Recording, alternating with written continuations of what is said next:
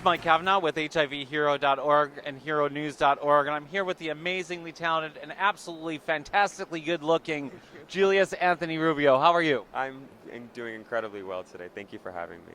Well, listen, I'm very excited about having you here, too, because you are now in Finding Neverland, which is a big show. How do you like doing that? It's a dream come true. I mean, it's a show that's made me work harder than I've ever had before, and I learned a lot about humility because of my position in the show and the many hats that I had to wear with the show, most importantly working with Mia Michaels as close as I did. But yeah, it's definitely everything that I would have dreamt about doing in a Broadway show. I got to stop you there just and talk about Mia Michaels because I just love her from So You Think You Can Dance. Yep. She always choreographs these amazing things. I mean, how is it working with her? She gave me the shell that I needed in this business, and she told me two things that she respects and loves most about people who work for her are loyalty and skill. And it was something that I really had to shapeshift myself, understand that I thought I knew how to work hard and in the sense for what maybe she needed. And we developed an interesting relationship in the beginning where we bumped heads a lot, only because I'm just as hard-headed as probably as her Miami self is. But we found an amazing median, and she's someone that I consider a really close friend and a great mentor. So. And you're a dance captain as well, so that adds a lot of pressure, right? Yeah. It's I'm ensemble member, and I'm at the moment assistant dance captain. There's something really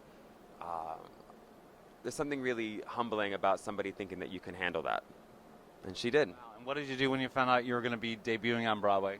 I was flipping out. I was ecstatic. I mean, it was a dream come true because it was something that I dreamt about since I was a little kid. And I grew up in an amazing household with a good, close-knit family and life and everything that you thought was perfect. Parents separated, unfortunately, and then things kind of just went in a certain direction. I'm not going to say downward because I wouldn't be where I'm at now if it wasn't for that. We ended up getting evicted from a home, and then we ended up living in a shelter for about 11 months. And it was a super big turning point in my life where I had to follow what made me happy. I knew there was one point where I wanted to even drop out of school to help ends, meet, and my mom told me not to. She said, continue what you're doing, continue being the light that you are, and never look back.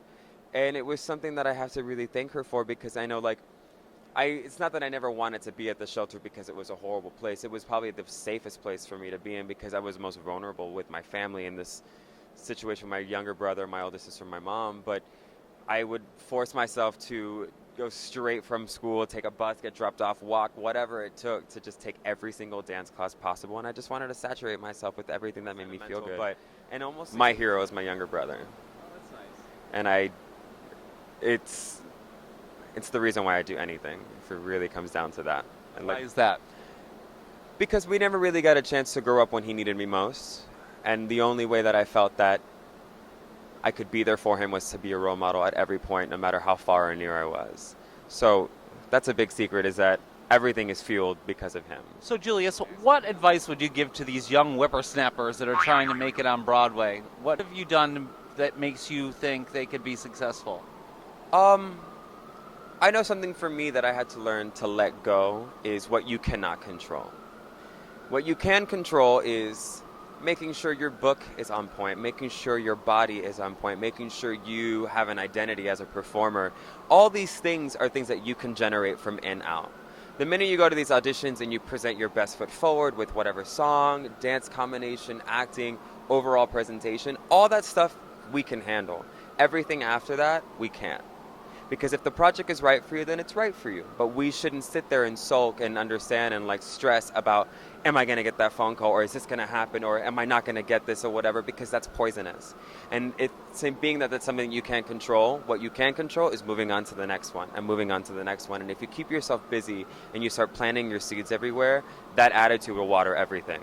And that's exactly what's happened to me, is that I'm so ambitious about getting my feet into anything artistic, whether if it pays or whether if it doesn't pay. And you pick and choose your battles, but it's out of sight, out of mind.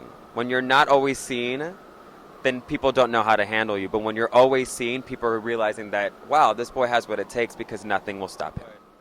So Julius, tell me, if you could do any role Serious, Broadway, whatever, what would be your dream role?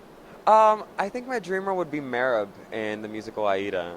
It was the first show that I saw when I was training here at Dance Theater of Harlem in the summer that everyone looked like me and I looked like them. Everybody had fair skin. Everybody was like, it was a show that took place with Nubians and Egyptians, and it was the first time I ever thought to myself that I was like, oh my goodness, I can probably be on Broadway too, because they are. And Marab is a role that it's a supporting role in the show, but it's a dream role that I've always, always, always dreamt about.